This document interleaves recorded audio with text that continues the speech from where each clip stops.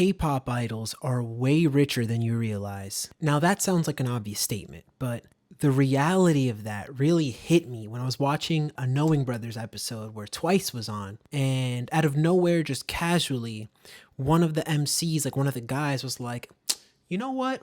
You guys should start a private investment fund." And with no hesitation, Nyan was like, "Oh, we have one." And I was like, 너희들끼리 계를 하나 만들어. 있어. 있어? oh. Now, yeah, album sales, yeah, stream the music videos.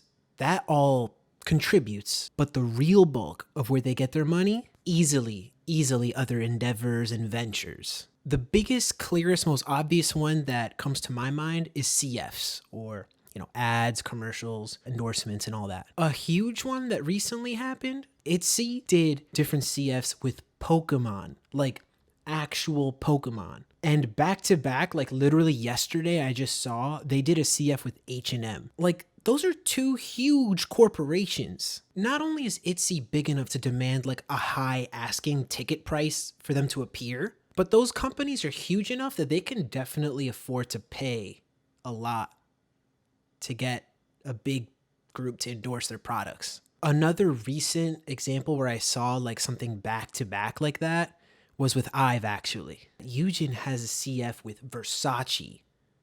Like, Versace. And just looking at their channel, I'm seeing here that they did a CF with S Kawaii as a group.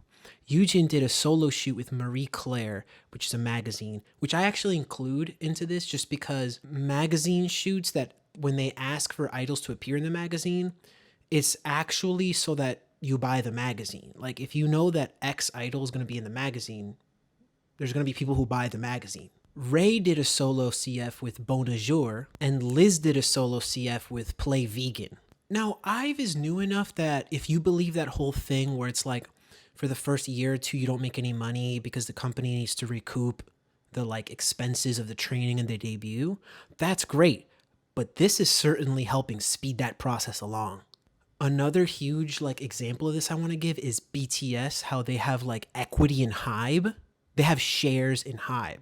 This means that whenever HYBE makes any moves and the stock price goes up, that value that they have goes up as well. So I guess BTS has their own private investment fund as well. I don't know, the Bangtan Trust, if you will.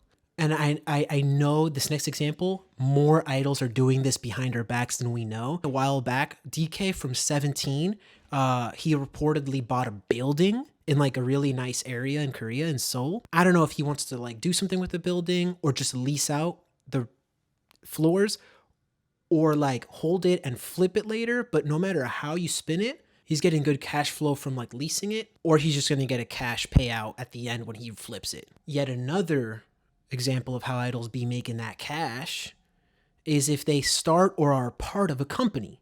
So for instance, Baekhyun, right? He's the creative director of Privé. Privé is the clothing brand. It says that he's a creative director, but like to get an idol that big as such a good position of a company, he probably has some stake. Come on. Same with Chanhyuk from Akmu.